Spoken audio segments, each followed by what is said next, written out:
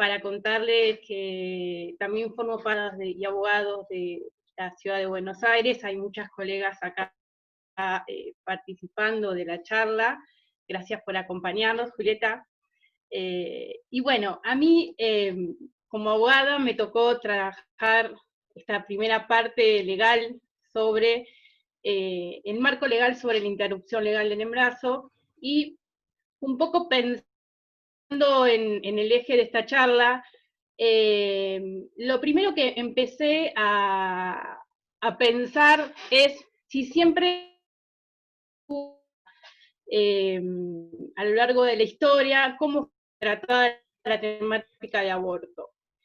Y antes que soy, me fui como un poco al origen, a la fuente de la filosofía feminista, y ahí volví a Simone de Beauvoir, al segundo sexo, quien hace un análisis histórico y filosófico sobre la temática del aborto, que abarca en un gran tramo del tomo del segundo sexo, pero específicamente a mí lo que me llamó la atención es que ella comienza a decir que en la antigüedad, inclusive en Roma, no estaba prohibido el aborto, ni tampoco estaban prohibidos los anticonceptivos sexual de las mujeres. El romano no acordaba protección especial a la vida embrionaria, no consideraba al nasciturus como un ser humano, sino como una parte del cuerpo materno, y que inclusive en los momentos de decadencia del Imperio Romano, al legislador no se le ocurrió ni pensó en ningún momento sancionar o penalizar el aborto. Entonces, ¿cuándo comienza a los estados o las sociedades o las comunidades a plantearse la posibilidad de sancionar y penar el aborto? En 1215 se instaura en Europa, sobre todo en las monarquías absolutistas como Francia, la Inquisición. Y es a partir de la instalación de la Inquisición cuando comienza la más terrible y sangrienta persecución a las mujeres, a las parteras y a las matronas, que eran las que realizaban prácticas abortivas y prácticas sobre anticoncepción, enseñaban a otras mujeres a cuidarse, y a partir de este momento es cuando se desencadena lo que en un largo periodo de la historia se va a llamar como la persecución de las brujas. Esto fue acompañado por la Iglesia Católica, inclusive hay una bula de un Papa, Inocencio IV, que lo que empieza a hacer es a poner en un marco de igualdad al aborto, la anticoncepción y a las brujas. Era una condición sine qua non y por eso había que perseguirlas. También otra cuestión importante que se empieza a dar en la Inquisición y después de la Revolución Francesa se va a afianzar en los sistemas constitucionales y procesales, es que se empiezan a delinear las características de lo que va a ser el sistema procesal penal y la teoría del delito. Y esto no es menor. ¿Por qué? Porque acá se empieza a determinar las características del sistema penal, que nosotros vamos a heredar, salvo la provincia de Buenos Aires, que tiene un sistema acusatorio. En Nación tenemos un sistema inquisitivo reformado, pero que en su momento, en su origen, tuvo estas características, que es primero esto, ¿no? La creación de la figura del enemigo, en este caso eran las brujas, había que perseguirlas porque tenían determinadas características que había que exterminar. En segundo lugar, va a ser la tortura como método para obtener una confesión. El imputado, la imputada, la bruja, era considerada un objeto del proceso y era un medio para obtener la confesión. El proceso tenía como finalidad la búsqueda de la verdad, no había un derecho a la defensa y había una función pública del Estado, de la sociedad, en perseguir. Simone de Beauvoir escribió que ha sido el cristianismo el que ha trastocado las ideas morales al dotar de un alma al embrión. entonces el aborto se convirtió en un crimen contra el feto. Y acá comienzan todas las teorías respecto de, bueno, ¿cuándo el feto es considerado persona? ¿En cualquier momento? No. Santo Tomás de Aquino va a hacer un análisis y va a hablar del feto animado, y va a decir que cuando el alma baja al feto, a partir de ahí comienza la existencia de la persona, que va a ser a los 40 días el hombre, el niño, y a los 80 días la mujer. Se sigue marcando esta diferenciación. Todo esto no es casual, porque inclusive, a posteriori, en el siglo XV-XVI, comienzan a darse los primeros registros demográficos, y comienza a observarse que la natalidad estaba disminuyendo y que estaba en calidad, por lo cual un poco se empieza a profundizar este proceso de persecución a las brujas, y se empieza a discutir acerca de la función de la mujer. La mujer comienza a ser un mero reproductor de la raza, y es destinada a ese rol social, a reproducir. ¿Por qué? Porque había que aumentar, había que nivelar los nacimientos. Casualmente, en ese siglo, y para hacia adelante, en Inglaterra y en Francia se van a prohibir a que las mujeres participen en la obstetricia, y van a aparecer los primeros hombres parteros. Pareciera como que el registro que hacen respecto al rol de la mujer se empieza a delinear bastante bien. Esto es previo a la Revolución Francesa, porque luego de la Revolución Francesa ya el Estado se apropia del ejercicio de la obstetricia, y ya deja de ser algo privado, ya mujer, ya deja de hacer algo que se puede llevar adelante con otra mujer, pasa a ser algo estatal, y el Estado se hace cargo del cuerpo de las mujeres y de la gestación de las mujeres. En 1803 comienza, se sanciona la primera ley que pena el aborto. Esto va a ser en Inglaterra. No nos olvidemos que en ese momento estábamos en la puerta de la revolución industrial. Ahí sí, claramente, la mujer tiene como finalidad la reproducción de la prole. Todo esto, todos estos principios del sistema inquisitivo, que van a impregnar en el derecho penal, procesal penal, y en el derecho privado, en el derecho civil, se exportan a América a través de los procesos de colonización. Llegamos acá y nos encontramos con un código civil que tiene sus fuentes de derecho en el derecho continental. ¿Y cómo toma este código civil? ¿Cómo refiere a la existencia de la persona humana? Voy a compartir una pantalla, a ver. Okay. El ordenamiento nacional, las doctoras Nelly Miyerski y Lili Fla escribieron un texto que se llama El embrión, el feto y la vida humana. Y ahí dicen que la tutela de la vida humana admite graduaciones, y esta no es de carácter absoluto. ¿Por qué? Porque la persona por nacer es considerada en potencia, puede adquirir derechos, pero si no naciere con vida, considera como que nunca existió. Esto está recepcionado desde el Código Civil de Vélez Sarsfield, el anterior, hasta el actual código. El actual código dice, en el artículo 19, la existencia humana comienza en la concepción, y el artículo 21 dice, si no nace con vida, se considera que la persona nunca existió. La Corte Suprema de Justicia tiene un fallo, que es el fallo de Ana María del Carmen Pérez, que es un caso en que una abuela solicita una indemnización por desaparición forzada de persona, pero de su, no recuerdo, de su nieto por nacer. Su hija es secuestrada en un centro clandestino de detención, es asesinada cuando estaba a punto de parir.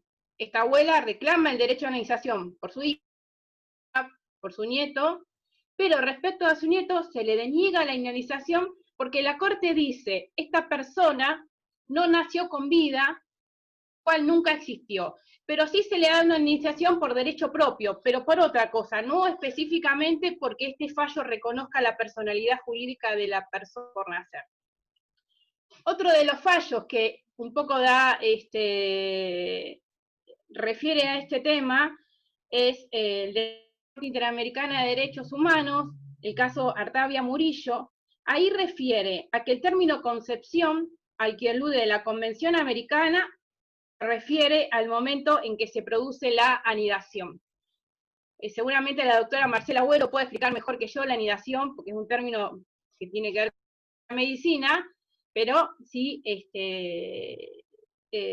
la anidación se considera cuando la gestación está en luto, en la matriz, entre la 7ª y 14 semanas se produce este momento. Con lo cual, estaríamos pensando, considerando que ahí podría empezar a reconocerse la existencia de la persona humana, perdón. Derechos sexuales reproductivos. ¿Cuál es el marco normativo de los derechos sexuales reproductivos? Bueno, a nivel internacional hay un sinfín de normativa, Declaración Universal de los Derechos Humanos, Pacto Internacional de Derechos Económicos, Sociales y Culturales, Convención sobre la eliminación de todas las formas de discriminación contra la mujer, Convención Internacional sobre Derechos del Niño, Convención de Belén do Pará, resoluciones de organismos regionales, comités internacionales, constituciones nacionales, provinciales, leyes federales, códigos, leyes nacionales. Y acá es donde me quería detener, que es la ley 25673, Programa Nacional de Salud Sexual y Procreación Responsable del Ministerio de Salud, del 3 de octubre del 2002, que es al que adhieren todas las provincias. Este programa va a tomar el concepto de la Organización Mundial de la Salud, que define la salud reproductiva es un estado general de bienestar físico, mental y social, y no de mera ausencia de enfermedades o dolencias en todos los aspectos relacionados con el sistema reproductivo, sus funciones y procesos. Objetivos: alcanzar para la población el nivel más elevado de salud sexual y procreación responsable con el fin de adoptar decisiones libres de discriminación, coacciones o violencia, prevenir embarazos, promover la salud sexual de los adolescentes, potenciar la participación femenina respecto a decisiones sobre su salud sexual y procreación responsable. El programa, esto es muy importante, porque esto es lo que a nivel provincial garantiza no solamente la anticoncepción, sino que también las ILE, porque son incorporadas al plan médico obligatorio. También tenemos la resolución ministerial que incorpora la anticoncepción hormonal de emergencia, la ley 26130, que es la anticoncepción quirúrgica, y esto también se da en el marco de la ley 26485, que es la ley de protección integral para prevenir, sancionar y erradicar la violencia contra las mujeres en los ámbitos en que se desarrollen sus relaciones interpersonales. Y esta ley, como ustedes saben, lo que incorpora son las modalidades, los diferentes tipos de violencia contra las mujeres. Específicamente, en lo que respecta a los derechos sexuales e ILE, tenemos la violencia institucional contra las mujeres, que son aquellos actos que obstaculicen o impiden que las mujeres tengan acceso a las políticas públicas, estos métodos anticonceptivos, ILE, violencia contra la libertad productiva, aquella que vulnera el derecho de las mujeres a decidir libre y responsablemente el número de embarazos, intervalos entre los nacimientos, violencia obstétrica, que es la que se ejerce por el personal de salud sobre el cuerpo y los procesos reproductivos de las mujeres. Y la ley de derechos del paciente en su relación con los profesionales e instituciones de la salud. A esta ley adhiere la 464, en la que regula la relación entre la paciente y todos los profesionales de la salud que intervengan en la atención médica de la mujer o persona gestante, desde el momento que ingresa al hospital hasta que sale. Esto es, desde la administrativa hasta el médico y la ginecóloga, la psicóloga o todos aquellas que intervengan en la atención médica. Y esta ley comprende el derecho al acceso a la salud, a recibir un trato digno y respetuoso, a la intimidad, y una de las cuestiones mucho más importantes, y quizás Marcela acá haga referencia a esto, es a la historia clínica, como documentación de la historia clínica, la importancia de su completitud, la importancia de que sea inviolable y que los datos que constan no pueden ser relevados, ya que están protegidos por el derecho a la privacidad. Y lo que la normativa indica es que si la paciente solicita una historia clínica, debe ser entregada en un plazo de 18 horas. El derecho a recibir asistencia sanitaria. Esto está relacionado con la objeción de conciencia. La objeción de conciencia, si quieren después lo discutimos, es como un tema bastante amplio, pero lo cierto es que un médico, una médica no puede, por motivos de objeción, obstruir, dilatar o impedir el acceso a una ILE o a anticoncepción de la mujer. Este derecho a recibir asistencia médica y lo que vimos anteriormente respecto al acceso a la información está resguardada por el deber, ingresa a un hospital para solicitar una ILE, toma conocimiento de lo que la mujer o la persona gestante solicita, no puede bajo ningún punto de vista divulgar la información que obtenga en el ejercicio de la profesión sin recaer en el delito de violentar y dar a conocer esa información. Bueno, el derecho a recibir información está relacionado con esto del consentimiento informado. Una mujer que ingresa a un hospital y se encuentra y está dentro del marco, tiene que decir información si está dentro de que está dentro de las causales, y a todas las acciones terapéuticas a las que puede acceder para el ejercicio de su salud sexual. Derecho a la autonomía de la voluntad, sé que Marcela también va a hacer referencia a esto, y sobre todo específicamente niñas y adolescentes. En este caso hablamos de la autonomía progresiva. El protocolo hace referencia específicamente a las diferentes etapas en las cuales se ejerce esta autonomía. Uno de los fallos más importantes que, digamos, que pone como que blanquea un poco, o pone en este marco de legalidad al aborto, es el fallo FAL del año 2012, que toca básicamente 3 puntos. Primero, que es que interpreta el artículo 86 del Código Penal y dice, refiere en qué casos el aborto es legal, ¿no? Y lo que dice que la mujer o que solicita la interrupción por la causal violación no puede solicitársele una denuncia y solo basta con la declaración jurada. Y ubica la práctica médica en el marco de la Ley de Derecho del Paciente que vimos recién, que refieren, y esto es un punto controversial del fallo FAL, es que toma la objeción de conciencia, dice, hace una referencia a que en el caso de que haya objetores de conciencia debe haber un listado previamente en donde deben anotarse, pero lo controversial de esta resolución del fallo es que ninguna de las partes del proceso solicitó a la Corte que haga referencia a este tema, y sin embargo la Corte se mete, por una decisión política de la Corte. En tercer lugar, interpela e invita a la nación y a las provincias a desarrollar protocolos para orientar a los equipos de salud los estándares por los cuales deben llevarse adelante estas prácticas médicas. La verdad que recién pensaba cuando leía esto, bueno, el año pasado, cuando asume la nueva gestión de gobierno nacional, nuestro Ministerio de Salud vuelve a tener, vuelve a ser ministerio, era secretaría, la gestión anterior le había bajado su estatus, vuelve a ser ministerio, y la primera resolución que tiene el ministerio es el protocolo de interrupción legal del embarazo. A este protocolo no adhieren las provincias de Corrientes, Santiago del Estero y Tucumán.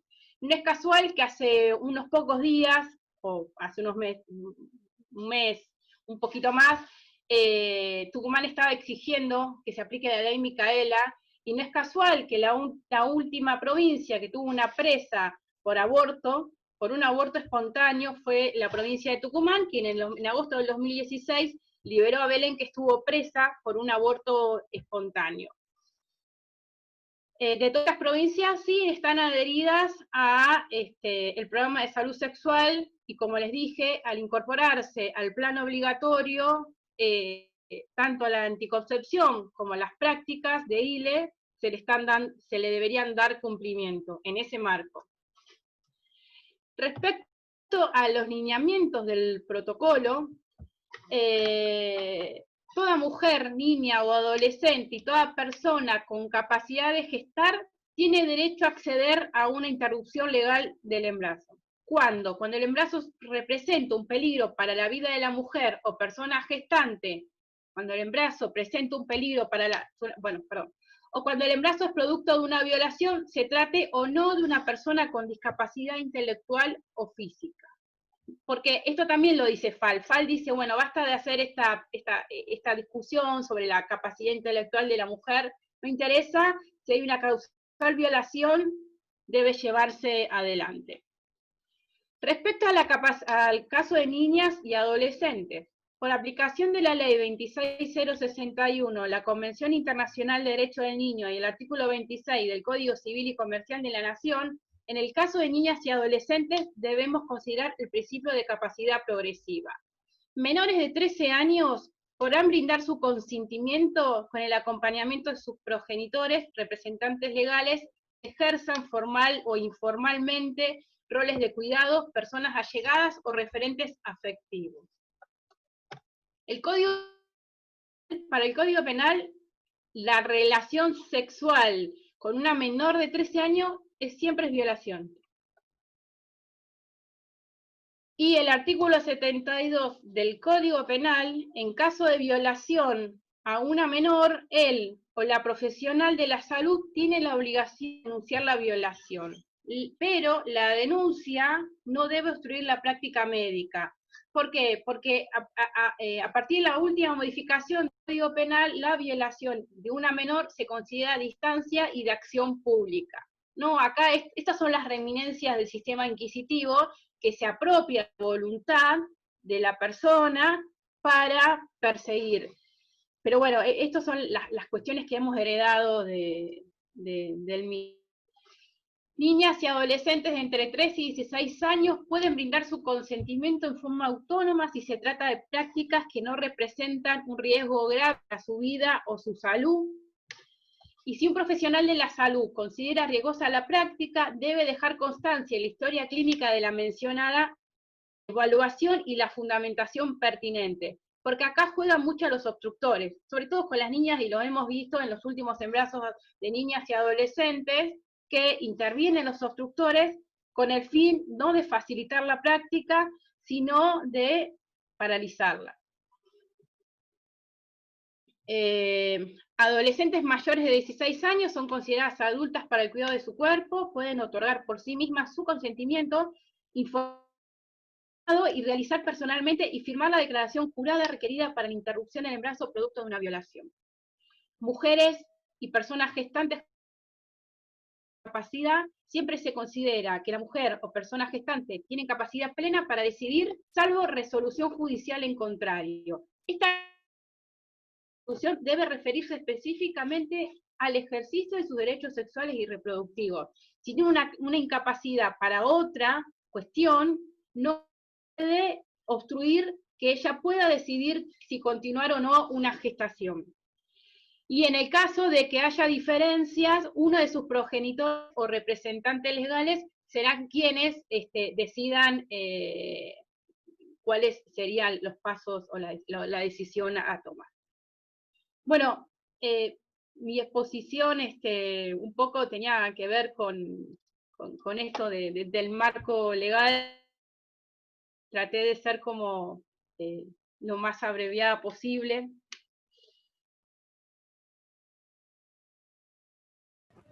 Perfecto, Cintia. Después, bueno, va a haber una segunda ronda de exposiciones, seguramente en lo que atañe a las consultas o intervenciones de las y los concurrentes.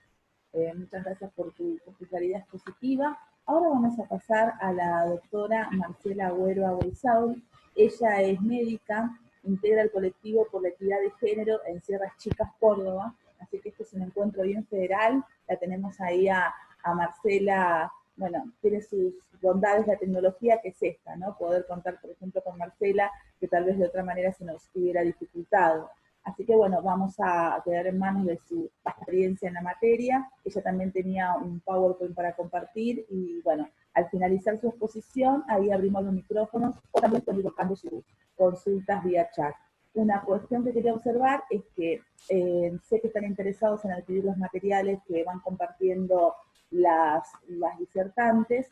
A las personas que se hayan inscrito vía mail, se los vamos a hacer llegar por esa vía. Quienes ya directamente hayan contado con la idea y la tal por otro medio, a esas personas sí les pedimos que nos remitan su mail porque no vamos a tener en ningún listado el mismo, ¿sí? Así que bueno, solamente esta observación operativa y pasamos a Marcela. Bueno, hola, buenas tardes a todas, a todos. Muchas gracias al Colegio de Abogados y Abogadas de La Matanza por la invitación. Muchas gracias a Verónica Molina y a Cintia por su exposición. Bueno, yo soy médica, como les comento, como me presento Verónica, y además soy pediatra. Entonces, bueno, se van a dar cuenta en mi exposición sobre esa identidad profesional que tengo conmigo. Y formo parte de la red de profesionales por el derecho a decidir. El aborto desde una perspectiva de la salud pública. Entonces, he organizado la presentación con una primera parte donde vamos a repasar rápidamente definiciones de aborto, luego por qué consideramos que el aborto es un problema de salud pública, y luego vamos a entrar un poco a contar de qué se trata la práctica de la interrupción legal del embarazo en la Argentina, de qué va. Ahí comparto el PowerPoint y empezamos.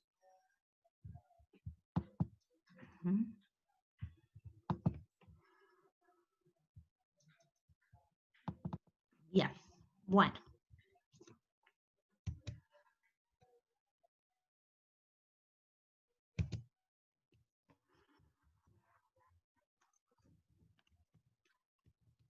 A ver, ténganme paciencia. ¿Sí? Bueno, ahí está.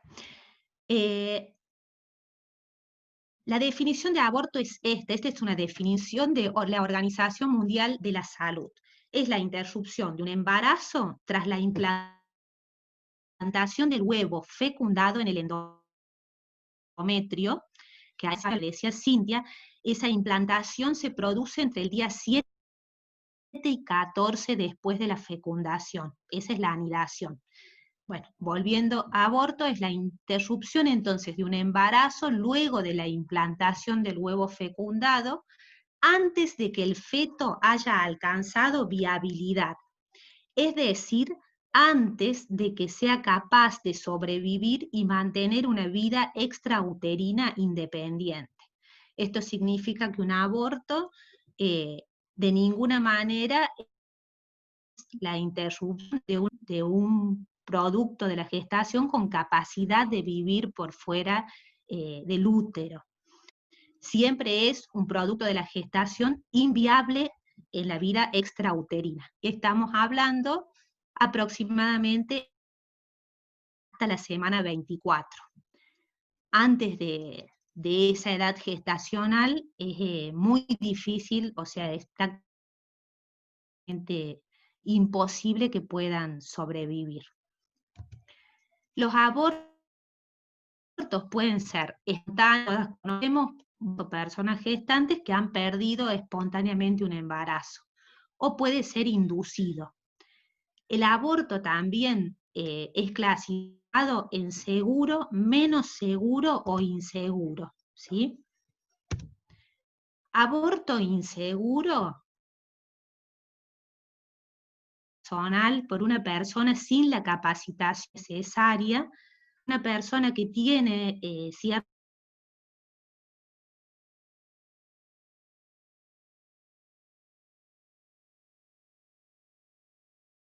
enzimas de higiene, la vida de muchísimas generaciones en la salud de las que sobreviven. Aborto menos seguro, también es un término de la Organización Mundial de la Salud, es aquel que es practicado por un personal calificado, pero con un método desaconsejado. Y se van a sorprender cuando yo les diga cuál es un aborto menos seguro, muy común, que se practica en muchísimos hospitales públicos y clínicas privadas. Es el legrado. El legrado está absolutamente desaconsejado por la Organización Mundial de la Salud por el riesgo de perforación uterina, de lastimar el cuello del útero, de generar adherencias y trastornos futuros para la fertilidad de la mujer. Entonces ese también es un aborto menos seguro. También el que es realizado por personal no calificado, pero con un método seguro. Quizás pudiera ser el uso de la indicación de misoprostol por una persona no idónea. Bien. Aborto seguro, entonces, es aquel que es realizado por una persona calificada, con un método aconsejado y en condiciones de higiene adecuadas. Es el aborto al que debieran acceder todas las mujeres. Yo he plasmado en esta diapositiva un mapa del aborto. El último mapa de aborto se realizó en el año 2019 por una organización que monitorea los derechos sexuales y reproductivos. Y fíjense qué interesante. En realidad, digamos, el mapa de este monitoreo del que les voy a hablar, está allí el sitio en el cual lo pueden buscar. Pintados en verde, la mayoría de los países donde el aborto es legal sin restricciones, ¿sí? Se ven pintados en anaranjado los países donde el aborto está permitido para preservar la salud de la mujer, que entre ellos está la Argentina. En rojo se ven pintados los países donde el aborto está permitido solamente para salvar la vida, para preservar la vida de la mujer. Y bueno, y luego tienen otro colorcito más pequeño, fuerte, son la menor cantidad de países, aquellos en los que está prohibido absolutamente. Si hablamos de cifras, hay algo bueno en esto, y es que en los últimos 25 años, la legislación en relación a la liberalización para el derecho al aborto ha ido aumentando en el mundo. O sea, en el mundo cada vez los países han adecuado más su legislación para que las mujeres puedan decidir sobre el derecho a abortar o no. En relación a este mapa hay algunos números interesantes.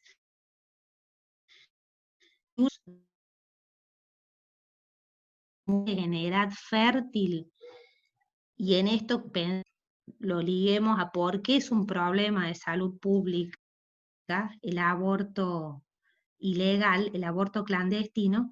Hay 90 millones de mujeres, o sea, el 5% de los países del mundo tienen prohibido el aborto en todas las causales, incluso si está en riesgo la vida de la mujer.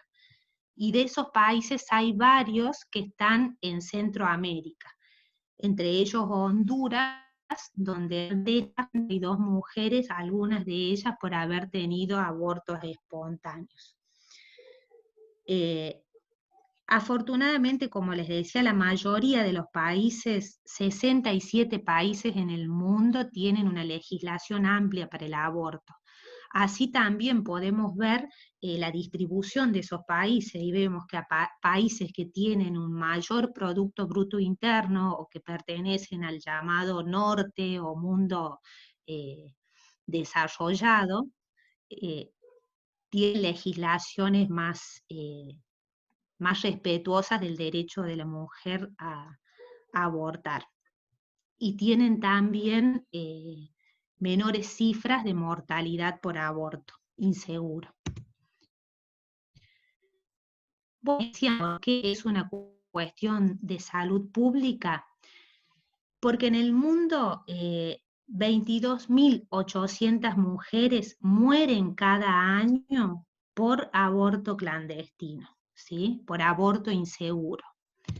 En el mundo también, estas son cifras globales, son 5 millones las mujeres que quedan con algún tipo de discapacidad derivada de alguna complicación por un aborto inseguro.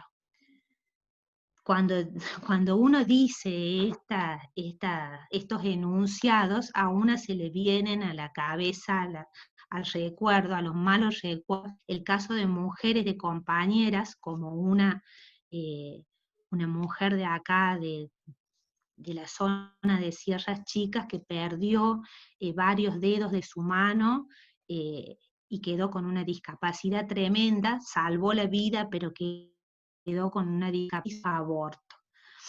Y así en el mundo suman 5 millones las mujeres que quedan con distintos tipos de discapacidades. En la Argentina, hablemos de Argentina. En Argentina estas son estadísticas del año 2018 que fueron tomados de la Dirección de Estadísticas Vitales del Ministerio de Salud de la Nación. Murieron 257 mujeres por causas vinculadas al embarazo, parto y puerperio. Eso es a lo que se le llama desde las estadísticas la mortalidad materna. Son las mujeres que pierden la vida por una causa vinculada al embarazo, al parto o al puerperio. De esas 257, 35 fallecieron por aborto. La razón de mortalidad materna en la Argentina fue de 3.7. La razón de mortalidad materna se calcula las mujeres fallecidas en relación a los nacidos vivos, cada 10.000 nacidos vivos.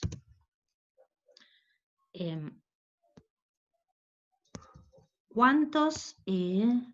Espera. Hay la pregunta del millón. ¿Cuántos abortos se realizan en Argentina cada año aproximadamente? ¿Y cómo definimos ese número? Bueno, hablamos de que en Argentina se realizan unos 500.000 abortos por año, estimativa, que se calcula en base a los egresos hospitalarios por complicaciones de aborto. La fuente de eso fue la CEPAL. También cuando hubo el debate por la ley de aborto legal en el Congreso en el 2018, se tomaron datos y estimaciones de estudios de 2 importantes estadistas epidemiólogas de la Argentina, Pantelides y Mario, y también hablaron de una cifra similar. Entonces, estimamos que en Argentina, cada 2 nacimientos aproximadamente hay 1.5 abortos, 500.000 abortos clandestinos al año. En esta torta, lo que vamos a ver es la distribución de las causas, y acá voy a contarles un poquito de qué hablamos por causas de mortalidad materna, directas e indirectas. Las causas directas son aquellas enfermedades o afectaciones para la persona gestante que aparecen pura y exclusivamente por el embarazo, el parto o el puerperio. O sea, es aquella mujer o persona que está que me estoy refiriendo también a niñas, a varones trans y a personas no binarias que tengan capacidad de llevar adelante una gestación. Cualquier persona en el embarazo, aunque sea previamente sana, puede desarrollar una causa obstétrica directa que la lleve a la muerte, como por ejemplo una eclampsia, o durante el parto una embolia de líquido amniótico, o en el posparto una ION o una sepsis puerperal. Hay obstétricas directas que sumadas, si sumamos ahí verde de los trastornos hipertensivos, sepsis, hemorragias y otras directas, suman un 61%. Las causas obstétricas indirectas, que son las azules, son un 25% y son aquellas enfermedades preexistentes de la mujer, por ejemplo, una mujer con una cardiopatía, una mujer que es portadora de VIH o de alguna enfermedad de la coagulación de su sangre, y en la cual el embarazo va a ser un agravante de esa condición previa. Y el 13,6% son las mujeres que murieron por aborto. ¿Qué se desprende de esta torta? Que la mayor cantidad de muertes se relacionan con las otras. Entonces, tenemos esto: una de cada 631 mujeres en la Argentina puede morir por una causa vinculada al embarazo. Una de cada 600 puede morir por alguna causa vinculada al embarazo, parto o puerperio, en realidad. Mientras que el riesgo de morir por un aborto seguro es de 1 en 275.000. Bueno, esto es una idea a tener en cuenta a la hora de brindar la información que toda persona gestante debe recibir al momento de decidir si está adelante o no con una gestación. Y es que el riesgo de morir por llevar un embarazo a término en Argentina es ampliamente superior que el riesgo de morir por un aborto seguro. En cuanto a los egresos hospitalarios, en esta diapositiva vemos un dato interesante. Vemos por un lado que en el 2015, que es el último dato, bueno, al que tuve acceso, se registraron casi 46.000 hospitalizaciones de mujeres por complicaciones por aborto inseguro. Entonces, hace 5 años, casi 46.000 camas se ocuparon. Imaginemos esto en este contexto de pandemia, ¿no? 40 horas por complicaciones de aborto inseguro. En el 2010 fueron más, fueron 53.000. Lo bueno de esto de estas dos cifras, es que en 5 años bajaron en 7.000 las internaciones. Y eso es gracias al uso del misoprostol, a la difusión del uso del misoprostol para los abortos medicamentosos. Difusión que se realizó por, digamos, el movimiento de mujeres, por la red de profesionales de la salud, por el derecho a decidir, por lo que se avanzó en legislación. Aún así, siguen siendo muchísimas las mujeres que sufren complicaciones por aborto inseguro. Yo, bueno, les contaba que soy pediatra, entonces un apartado especial es el de las adolescentes embarazadas. Consideramos entre los 10, 11 años y los 19 años. Bueno, sabemos que una mujer o una niña empieza a ser fértil a partir de su primera menstruación.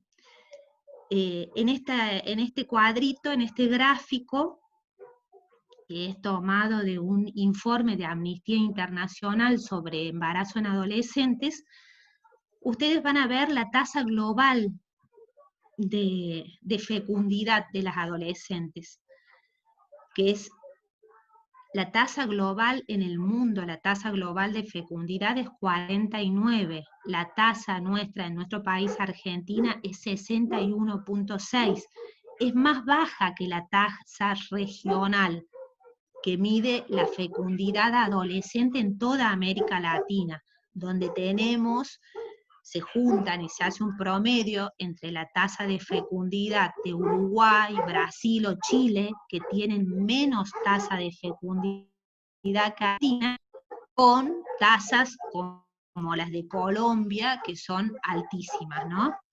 De todas maneras, nuestra tasa global, nuestra tasa de fecundidad de 65 es altísima en comparación a la tasa de fecundidad de países como Noruega, que es cercana a 2. Hay un dato, y es que el incremento acumulado en los últimos 20 años de fecundidad adolescente es de un 11%. Esto significa que en Argentina, cada vez en los últimos 20 años, venimos teniendo más embarazos en adolescentes. Bueno, un dato de allí global es en América del Sur, no global, sino en nuestro continente, nacen 1.252.000 de madres de entre 15 y 19 años. Y esto, digamos que, ¿cuál es la gravedad de esto? Y la gravedad es la vida misma de esas niñas. Las niñas menores de 15 años tienen 4 veces más riesgo de morir, de perder su vida en un embarazo, en un parto o durante el puerperio, que una mujer madre de 20 a 24 años.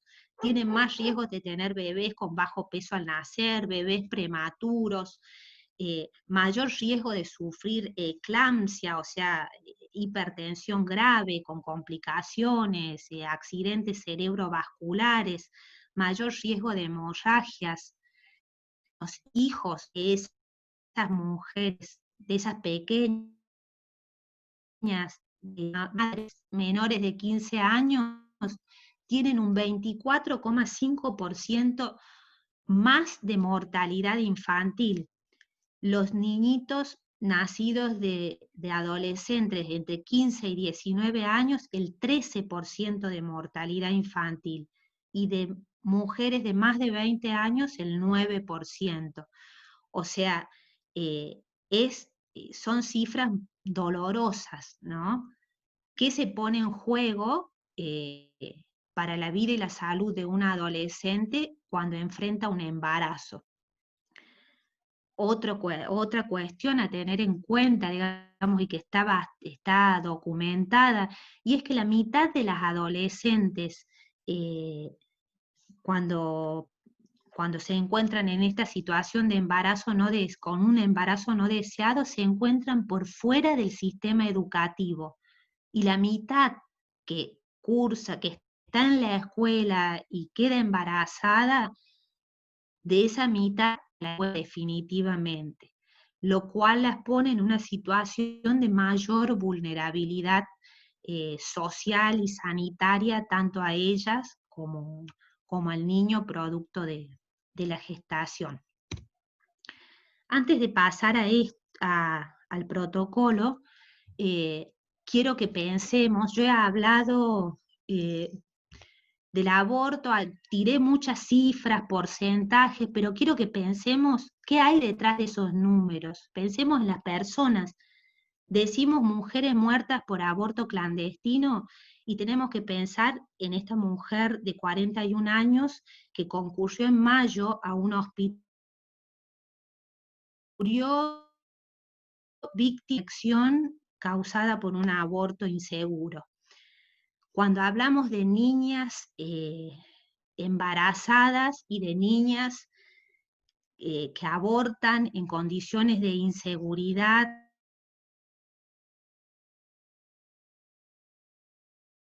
casos como, bueno, Cintia nombró el caso Fall, que fue sobre una adolescente, pero pensemos en el caso Lucía, por ejemplo, esa niñita tucumana de 11 años violada por su abuelo, cuya abuela esto fue el año pasado, en 2019, concurrió a solicitar la interrupción. La niña fue detenida, digamos, en el hospital, en la maternidad allí en Tucumán, donde trataron el proceso para que accediera a la interrupción del embarazo, dejaron que el embarazo siguiera su curso, y finalmente logró, digamos, o sea, no accedió a un aborto, sino que tuvo un parto por cesárea con 2 profesionales que tuvieron que prácticamente su hospital se declaró objetor.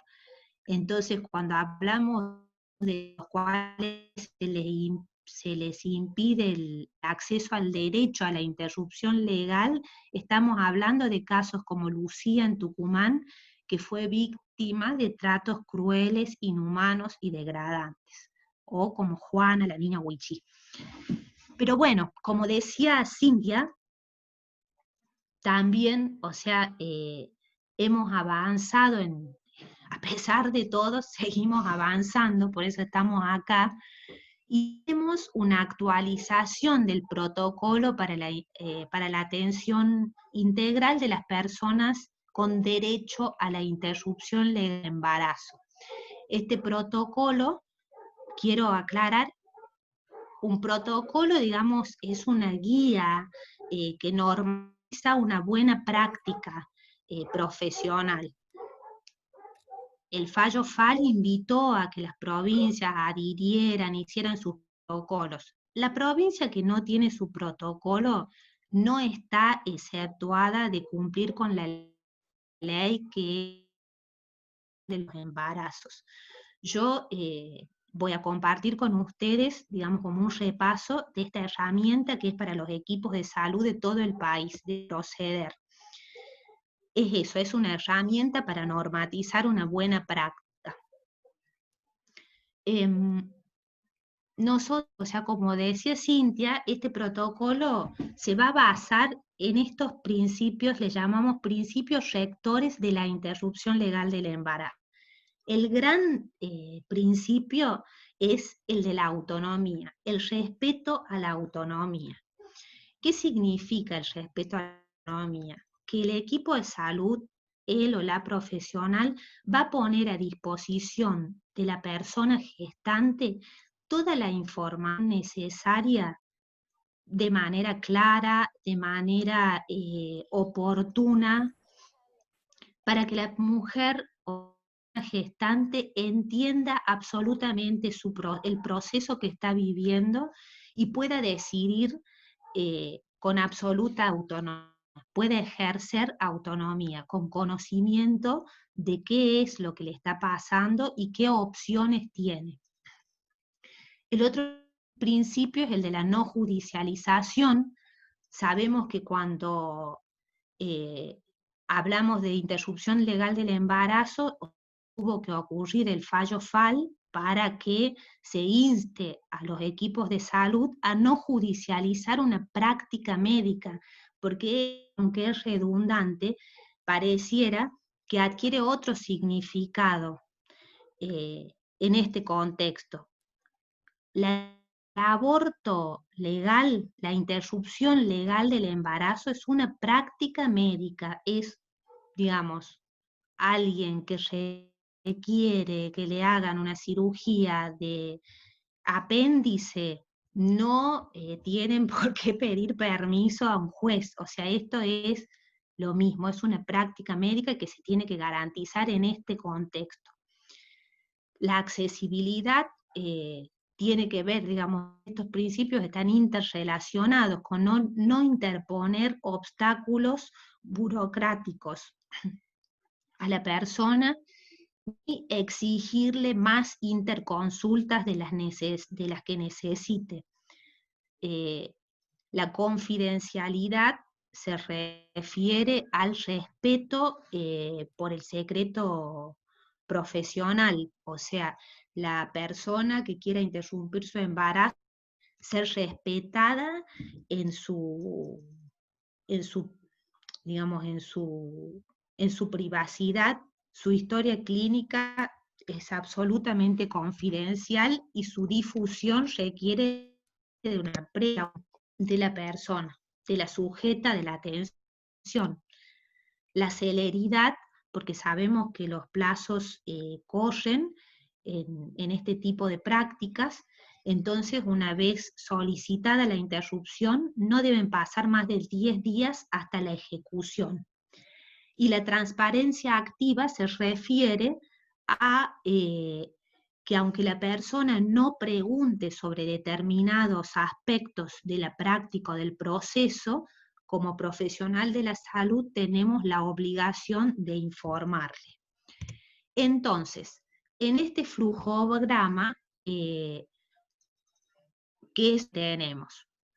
La persona gestante toma contacto con el sistema de salud, ¿de qué manera? Muchas veces va directamente una mujer que sabe que tiene derecho a una interrupción legal del embarazo y solicita la práctica al sistema de salud. En otros casos es derivada desde un médico por presentar una complicación vinculada al embarazo. En otros casos es también derivada porque es una mujer que tiene una enfermedad de base y el embarazo, bueno, la pone en una determinada situación de riesgo. En otras ocasiones es una mujer que ha sido víctima o una persona gestante, varón trans, digamos, uso el término mujer, pero me estoy refiriendo a todas las posibilidades de una gestación. Otras veces esta mujer puede ser víctima de una violación o tomamos conocimiento que esta mujer embarazada está pasando por una situación de violencia de género. Bueno, por cualquiera de esos caminos, la mujer embarazada ingresa al sistema de salud con su embarazo. Entonces, lo primero que tenemos que dilucidar es si existen causales para encuadrarla dentro de una interrupción legal. O sea, está en riesgo su vida, en riesgo su salud, o si el embarazo es producto de una violación. En esto que habló Cintia, o sea, entre las causales, el riesgo para la salud, el concepto de riesgo tiene una interpretación que es, cuando hablamos de riesgo hablamos de un peligro potencial, ya mismo estar afectada la salud. Por ejemplo, una mujer que tiene una enfermedad de la coagulación, una diátesis hemorrágica, quizás en ese momento está compensada, pero un embarazo puede representar un riesgo para su salud o su vida, porque podría agravar esa condición. Si dilucidamos que no se encuadra este embarazo dentro de las causas, el embarazo se derivará a la persona para una consejería de salud sexual y reproductiva integral. Y si sí encuadra, ingresamos a un momento que es la consejería en opciones. En la consejería en opciones, digamos, es importante tener en claro que es un espacio de información, es un espacio de información donde va a acercar a esa persona, a esa mujer, toda la información correspondiente toda la información que necesite para que ella pueda decidir con autonomía sobre qué quiere hacer con esa gestación. Se va a indagar sobre su red de apoyo, se va a indagar sobre, bueno, sobre sus situaciones previas de salud, se va a escuchar. A veces las mujeres tienen una decisión tomada y otras veces no. Y como equipo de salud debemos respetar lo que la persona decida, porque, digamos, el sujeto de la atención la sujeta de la atención es la paciente. Si la mujer decide no interrumpir, se la derivará al control de embarazo. Y si decide interrumpir, se abre una historia clínica. En la historia clínica se incorpora informado, porque como dijimos, la base de la interrupción legal del embarazo es el ejercicio de la autonomía.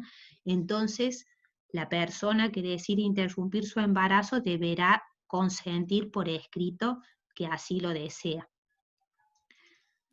Si es mayor de 16 años lo hará, si tiene entre 13 y 16 años y la práctica para la interrupción no reviste un peligro, lo hará, puede hacerlo sola. Si reviste un peligro en especial porque tiene alguna comorbilidad, esa adolescente entre 3 y 16 años, será acompañada con un adulto responsable, que puede ser su progenitor o alguien de su confianza. Y si tiene menos de 13 años, firmará el consentimiento informado la menor, pero siempre también lo firmará el adulto, su progenitora o progenitor o persona de su confianza. Igual con las personas con discapacidad, el equipo de salud tiene la obligación de generar las adaptaciones en el consultorio y en la entrevista para que la persona con discapacidad gestante entienda y pueda expedirse. Una persona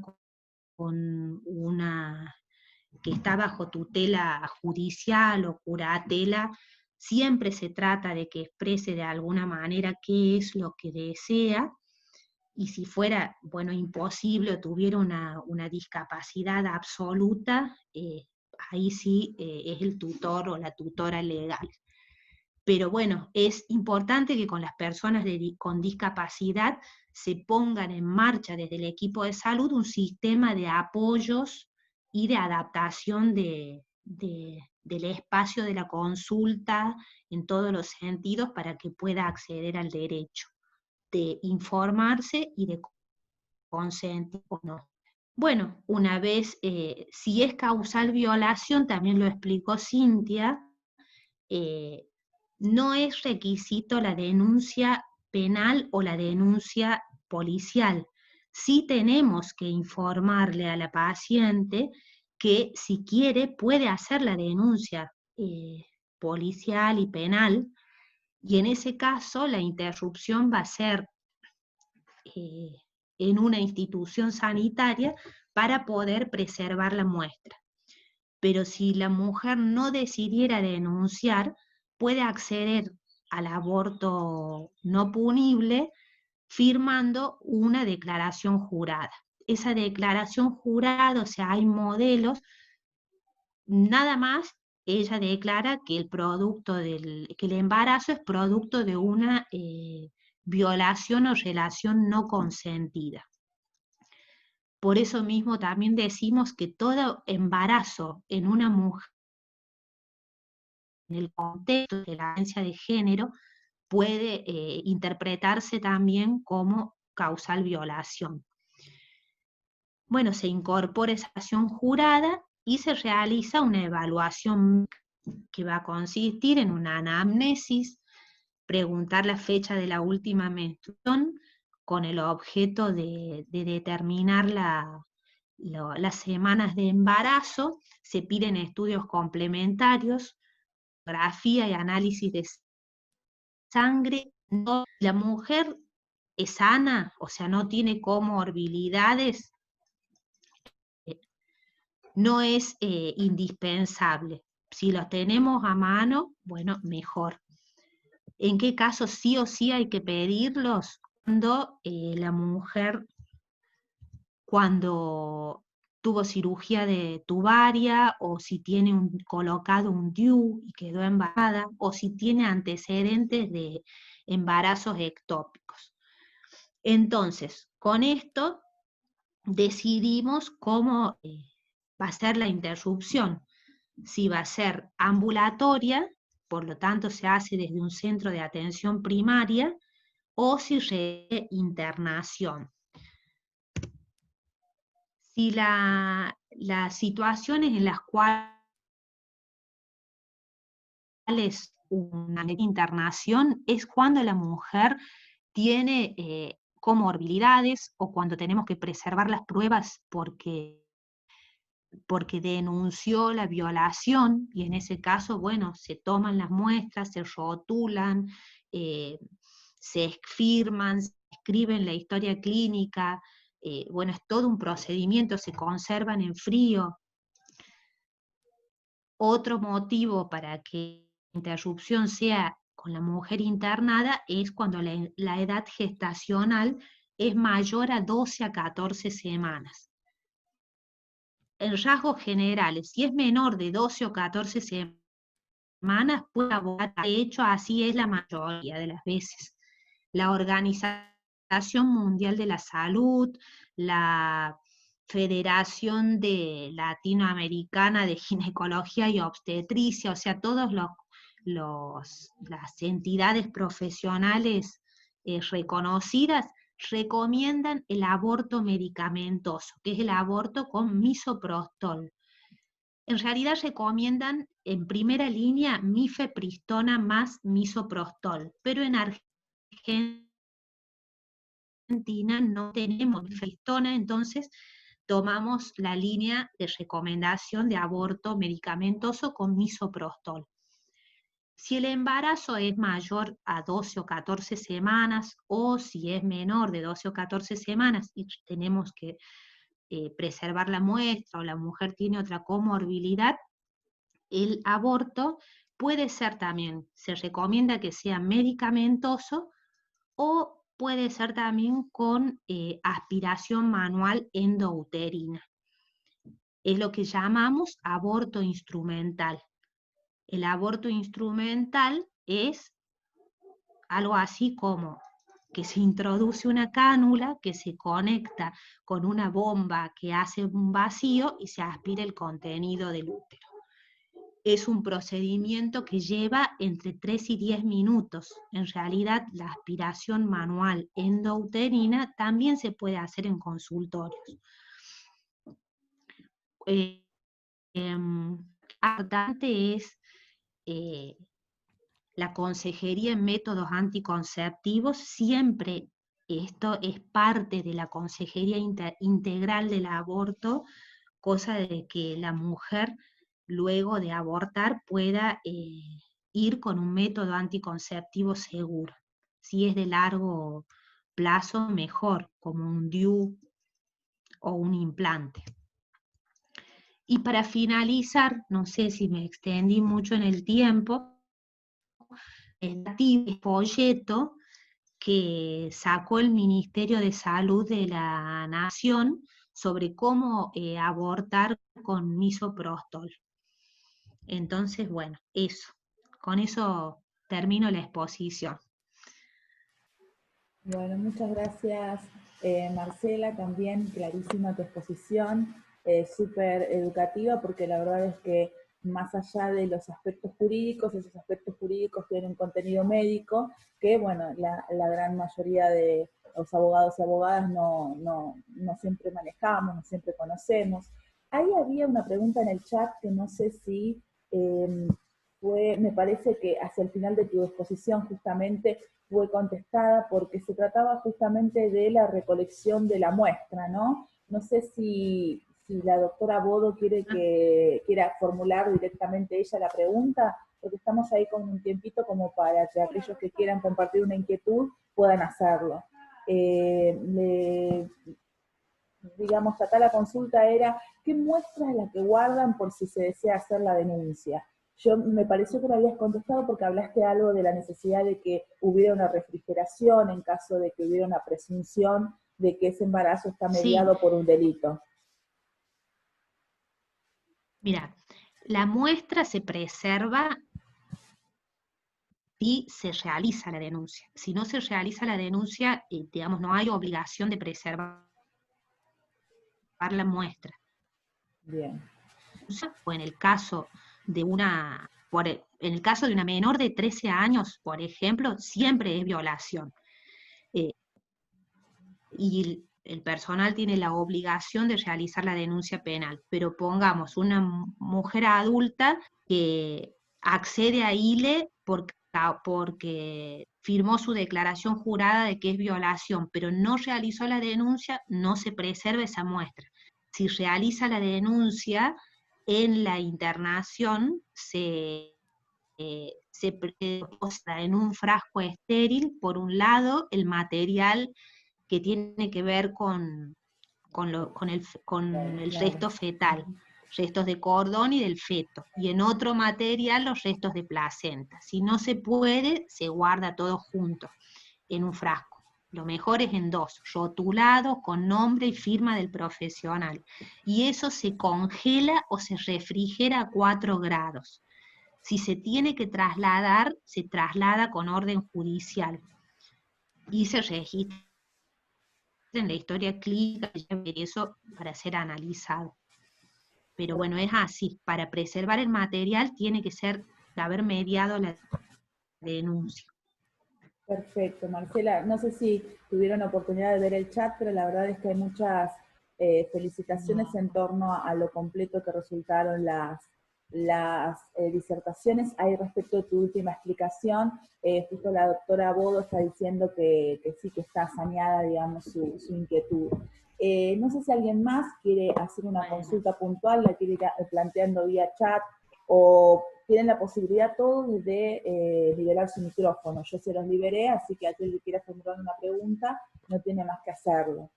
Yo quisiera trasladar una inquietud que creo que puede ser contestada por ambas, alguien desde un aspecto más jurídico como Cintia y alguien desde un aspecto estrictamente médico como el tuyo, Marcela, que tal vez nos puedas ilustrar un poco esta situación de la objeción de conciencia, ¿no? Que es algo que opera muchas veces como una traba burocrática, si se quiere, cuando se presentan situaciones de aborto no punibles, porque nosotros, si bien ahora estamos a la expectativa del proyecto de ley de legalización, digamos, del aborto, de la interrupción voluntaria del embarazo, la verdad es que nosotros ya contamos con un plexo normativo que pondera determinadas causales de aborto no punible. Entonces, ¿cómo opera como traba esta objeción de conciencia? Es decir, presentada una niña que por violación quedó embarazada, ¿cómo es esta posibilidad que tiene no solamente un médico? Vos antes, durante tu exposición, hablaste de que a veces hay hospitales íntegramente que plantean una objeción de conciencia global, como si ningún especialista, ningún profesional de ese hospital entonces estuviera dispuesto a llevar adelante, aún dentro de, por estar englobada dentro de las causales de aborto no punible. ¿Cómo podemos satisfacer esto sin extendernos en una larga judicialización que además muchas veces termina en la prosecución del embarazo de una niña o adolescente?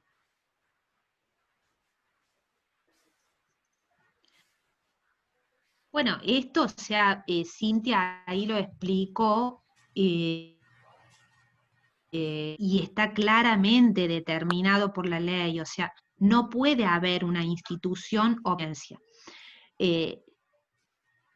Puede haber profesionales objetores, pero para declararse objetores lo deben hacer previamente ante la dirección estar en un registro, digamos, en una especie de registro en el hospital, y el hospital, el servicio, tiene que garantizar que haya profesores u objetores, porque de lo que se trata es de no obstaculizar un derecho. Por eso Cintia le llama. No puede haber una institución objetora y no se puede obstaculizar. Y incluso la legislación dice que en el caso de que no hubiera otro profesional y solo estuviera esta persona objetora, tiene obligación de llevar adelante la práctica, porque estamos hablando de la interrupción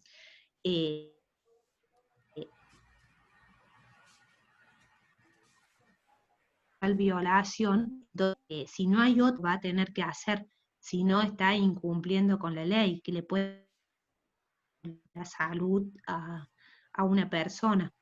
Y es importante también recordar que nosotros, si hablamos de salud desde una perspectiva amplia, como lo dice la definición de Organización Mundial de la Salud, que el completo estado de bienestar físico, psíquico,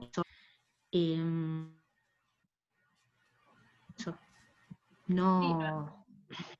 A mí me parece, un poco para profundizar la cuestión, que hay un libro de Hannah Arendt que es el origen de la desobediencia, y hace un análisis sobre la desobediencia civil, y ella ahí diferencia objeción de conciencia y desobediencia civil. Respecto a la objeción de conciencia es muy interesante porque en realidad el protocolo y las dos resoluciones ministeriales son las que incorporan objeción de conciencia, es decir, el médico que puede decir porque por razones morales o religiosas no interviene, ¿ok? Y que tiene que haber una lista previa y de... Ni el Código Civil, ni otra legislación, o sea, una resolución ministerial sabemos que no es una ley propiamente dicha, dictada por el Congreso, sino que es una resolución del Poder Ejecutivo, por así decirlo, y es así. No hay una normativa a nivel nacional que regule la objeción de conciencia. En general, la Corte Suprema ha determinado que es una especie de manifestación de la libertad religiosa que proviene de la Constitución Nacional. Pero ¿qué pasa? Y en cierto modo no se puede no permitir a una persona que diga que por razones morales o por razones religiosas no quiere ejercer o realizar tal acción. Es decir, por ejemplo, hay fallos de la Corte Suprema en el cual un trabajador de Aerolíneas Argentinas, por una cuestión de objeción de conciencia, no quiso atender a un genocida que estaba por viajar en un avión. En ese caso, inicia una acción judicial porque lo echan del trabajo, y la Corte dice, bueno, esta persona ejerció la objeción de conciencia. Ahora, en esto cuando hablamos, recién hice referencia a este libro de Hannah Arendt, El origen de la desobediencia civil, me parece que hay que distinguir entre la objeción de conciencia de carácter individual que se hace en el ámbito privado, es decir, por ejemplo, cuando este trabajador decide no ayudar a un genocida a subirse a él, porque otra persona puede asistir a este señor a sentarse en el avión. O en el caso que en general conocemos del testigo de Jehová que no quiere que le trasplanten, le hagan una transfusión de sangre. En ese caso, estas personas están ejerciendo la objeción de conciencia.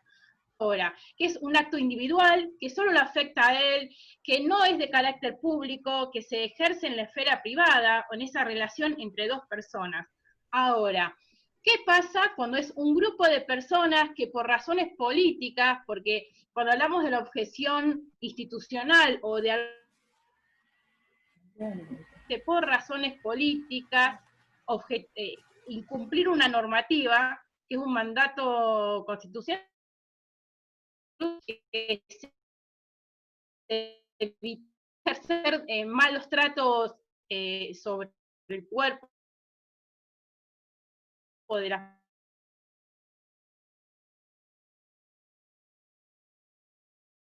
son tratos de desobediencia. Considero de conciencia individual digamos, que es una manifestación de la libertad religiosa. Ahora, otra cosa es cuando una persona en el ejercicio de su profesión está tomando decisiones que afectan la salud de otra persona. En ese caso, ahí estamos ante un hecho de desobediencia civil. No, para mí no estamos ante un hecho de objeción de conciencia. Sobre todo en esto de los grupos religiosos que se paran en la puerta de los hospitales a impedir que se realicen las prácticas médicas a las niñas, por ejemplo, ¿no? Eso no es una objeción de conciencia, es un acto de desobediencia civil. Es público, es masivo y es político, no es de carácter moral y religioso. Más allá de que el contenido de lo político tiene que ver con lo religioso, pero deja de ser una acción individual. Sí, acá en ese sentido, Julieta Bandilari estaba, no sé si Julieta lo querés liberar tu micrófono y hacer el planteo vos directamente de lo que escribiste acá en el chat. Tengo a Julieta acá liberada el micrófono. Bueno, ¿Está Julieta? Sí, estoy. Perfecto. ¿Querés contarnos vos acerca de esta objeción de conciencia institucional? Sí. ¿Me escuchan? Sí. Buenas tardes, gracias por darme la palabra, no era mi intención hablar, solo que es un trascendido porque el proyecto oficial del PEN, que no es igual al de la campaña, no lo conozco, como dice Arostegui ahí, pero tengo entendido que prevé la objeción de conciencia para las instituciones de salud confesionales, que habría que ver qué se incluye en ese concepto de instituciones de salud confesionales, porque muchos sanatorios se llaman, digo cualquier cosa, ¿no? Santa Marta, porque hay como una tradición de ponerse nombre de santos en la salud, pero no tal, ¿no? Confesional sería dependiente de una orden religiosa, entiendo yo. Nada, claro. Por ahí alguien conoce el proyecto. Nadie lo conoce el proyecto. Nadie. Bueno. No, bueno, pero es muy interesante eso, porque una institución puede objetar cosas, tienen conciencia, digo. De todos modos, completa, con un montón de personas.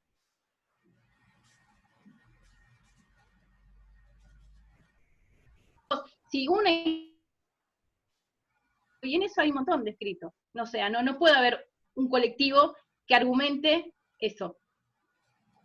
Sí puede hacerlo, claramente. Y solicitar la incorporación, pero no es objeción de conciencia.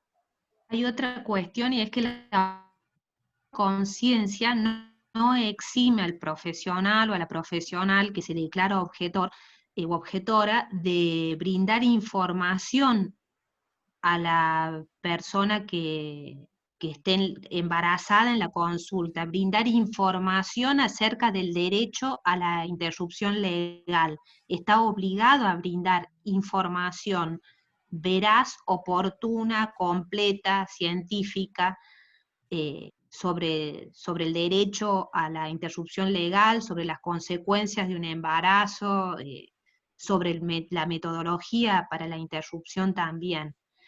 Y la otra cuestión, que digamos no tiene que ver con la interrupción, pero es en el caso de que una profesional de la salud toma contacto con una mujer que no encuadra en las causales de ILE, pero manifiesta su voluntad de interrumpir el embarazo, él o la profesional de la salud tiene la obligación de brindar una consejería sobre cómo acceder acceder a un aborto seguro desde la perspectiva de disminución de riesgos y daños, considerando que si no brinda esa información, la mujer puede atentar contra su propia integridad física.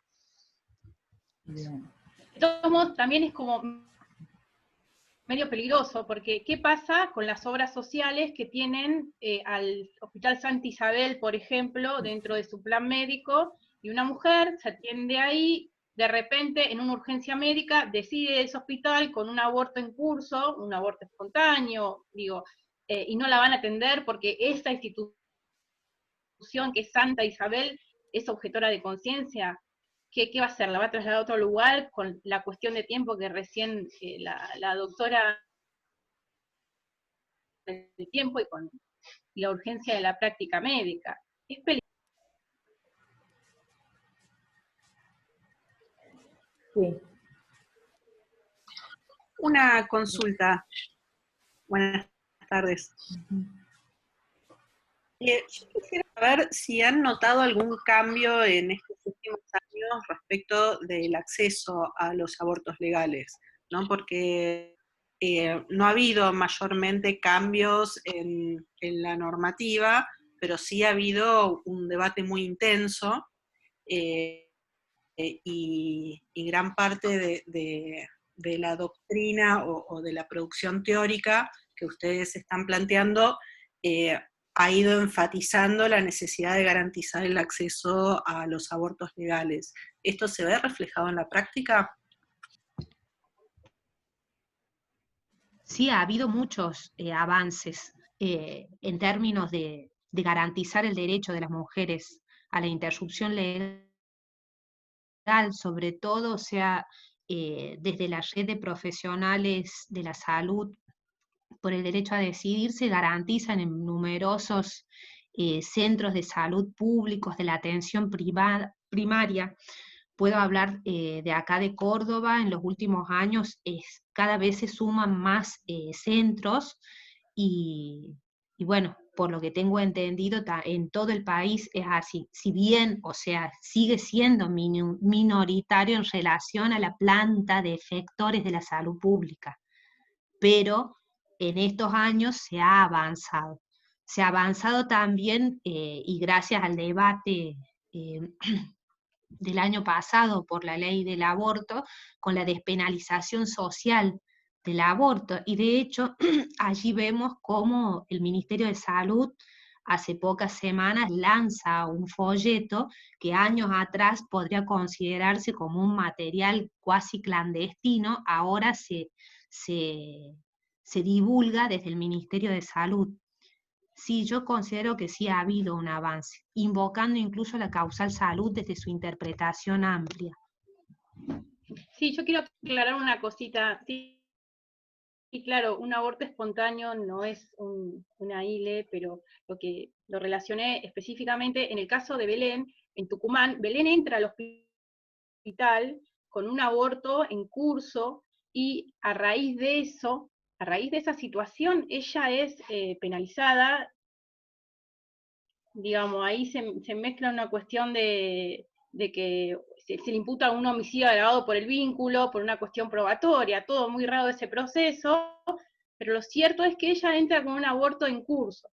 Entonces, por eso digo, esto y esto lo explicó Marcela recién, cuando se ingresa a un hospital con un aborto en curso, se requiere una intervención médica.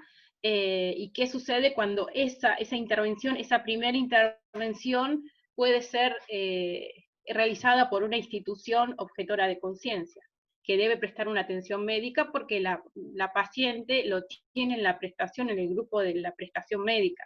A eso me refiero.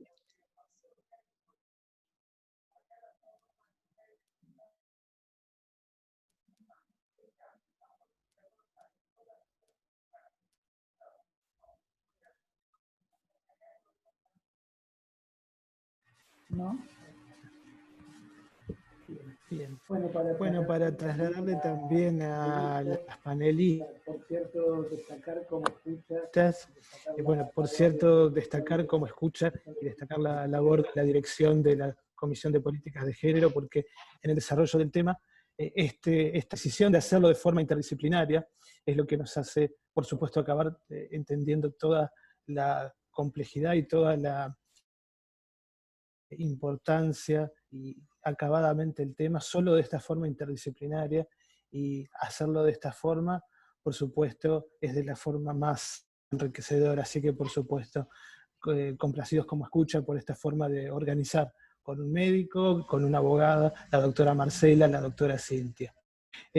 Por supuesto, creo trasladar una preocupación que tiene que ver con los justamente producto de la lucha de las organizaciones de mujeres a lo largo de tantos y tantos años, y fundamentalmente con la campaña, y la fuerte visibilización que se tuvo en este último tiempo, producto justamente de esta campaña, es que, por cierto, a comienzos de este año se marcó desde el Poder Ejecutivo Nacional como parte de las políticas públicas, y ya, a diferencia de en otras ocasiones, justo el propio Poder Ejecutivo Nacional establecer o llevar un proyecto de interrupción legal del embarazo.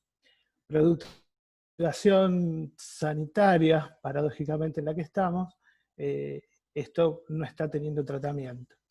Entonces, quería llevar a que nos comenten su reflexión acerca de dos puntos. Uno es la reflexión que lleva a que, por ahí todavía no se esté tratando esto, siendo que, por supuesto, es un tema central de la salud pública, no es necesario decirlo, que la ILE sea aprobada finalmente, más allá de todas las normativas que actualmente existen, cuando de alguna manera algunos otros temas que son ríspidos para la sociedad sí son tratados. Quizás no es tratado diciendo, por ahí en este momento no es el momento adecuado para tratarlo, y algunos otros temas que traen debate sí se tratan, y una vez más quizás es postergado cuando había sido planteado como una cuestión central de políticas públicas al comienzo. Ese es un tema, y después el otro tema que también quería trasladarle a las panelistas es cuál es lo que se tiene, que ya algo un poco Cintia lo adelantó.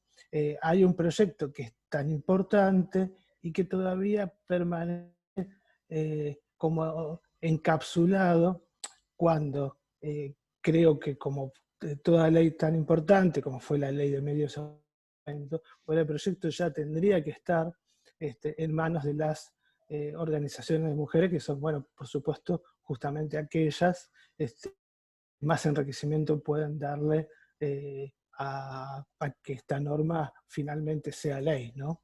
Gracias. Marce, ¿querés?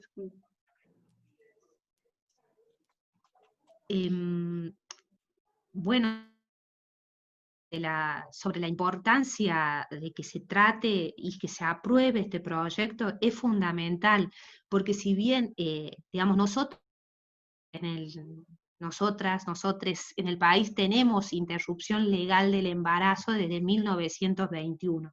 El proyecto que presentamos como campaña nacional por el derecho al aborto habla del derecho a la interrupción voluntaria del 14, o sea, por decisión de la mujer, y por causales como debería ser, como es, digamos, sin límite en la edad de gestación, salvo hasta la viabilidad, ¿no? Este proyecto es indispensable, que no sé cuál será el proyecto del Ejecutivo. Coincido con vos, Alejandro, que debería ya estarse debatiendo. La explicación, digamos, pasa en mi caso por el mismo lugar que decir, somos 2 millones de mujeres en las calles, años de lucha y de proyecto y no se aprobó, y cientos y miles de mujeres con complicaciones por embarazo o maternidad forzada porque no pudieron acceder a la interrupción. Entonces, yo creo que los motivos que hacen que el proyecto no se esté debatiendo ahora, en realidad la base de eso es la discriminación patriarcal que sufrimos las mujeres cuando se trata de acceder a nuestros derechos y sobre todo a nuestros derechos sexuales y reproductivos y no reproductivos.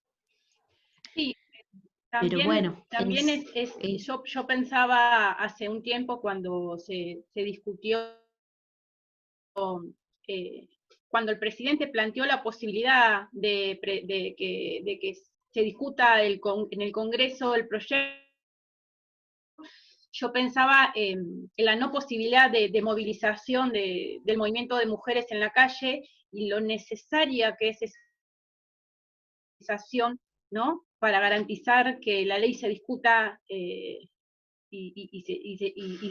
pueda tener algún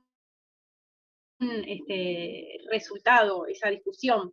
Es necesario el movimiento de mujeres en la calle y hoy eso no lo podemos garantizar por obvias razones. También pienso que, y en esto quizás suene dual mi posición, pero en este contexto de pandemia, yo creo que no sería políticamente correcto que el gobierno plantee el proyecto, por las discusiones que pueden surgir. No, me parece. Yo creo que la campaña, no quiero hablar por la campaña, digo, acá Marcela me parece que expuso muy bien en la posición de la campaña. Sí, me da como un poco de esta cosa del secretismo, ¿no? De por qué por qué no se tiene conocimiento del contenido de este proyecto. Algunos consideran que es muy parecido al proyecto de la campaña, y yo lo he escuchado de voces de compañeras. Bueno, Dora Barranco en una última conferencia dijo que confiaba en el proyecto que se estaba llevando adelante y discutiendo. Yo confío mucho en Dora y en su trayectoria y en su compromiso con el movimiento de mujeres, pero también es cierto que a una le gustaría poder participar de ese debate en el cual ha participado por muchos años. Pero bueno.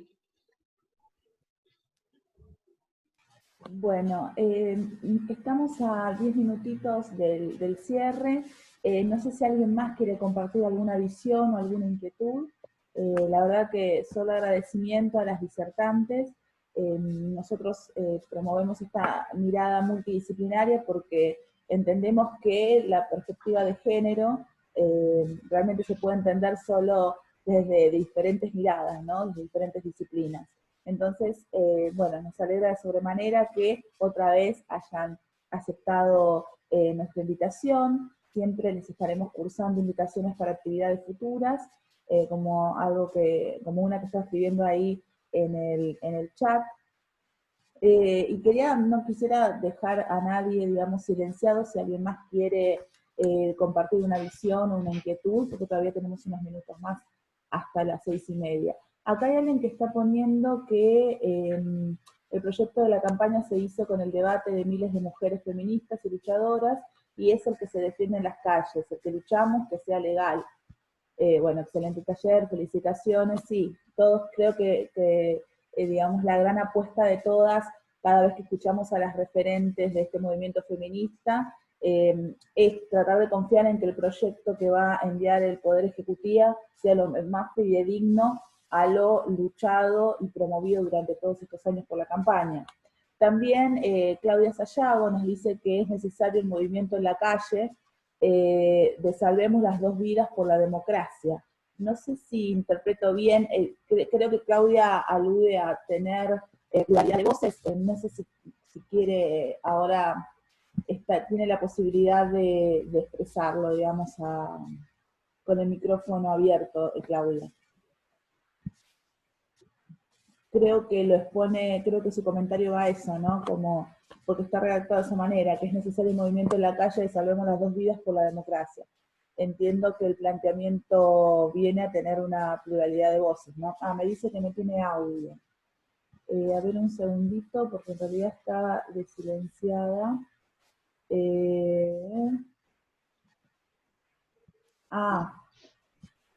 Ahora, Claudia, ¿podés hablar? Sí, me dice que sea lo mismo, ¿no? Bueno, considerando las intervenciones dadas ya hasta el momento, damos por finalizada la charla. Les agradecemos muchísimo a Cintia y a Marcela haber compartido esta tarde con nosotros, habernos, digamos, compartido también este material rico que nos están pidiendo ahí los concurrentes, que ya les vamos a estar enviando en los próximos días. La invitación siempre es abierta, que es un ámbito de no solamente digamos, reafirmación de todas las herramientas jurídicas que contamos, sino también que sea un ámbito de pensamiento, ¿no? Les enviamos un afectuoso saludo a todos y a todas por concurrir, y bueno, no sé si alguien más quiere decir algo, si no, damos por finalizada la charla. Gracias por la invitación. Gracias. Bueno, invito a aplaudir a las disertantes, Muchas porque gracias. la verdad que estuvo muy, muy bueno todo. Muchas gracias por la charla. Gracias. Buenas tardes.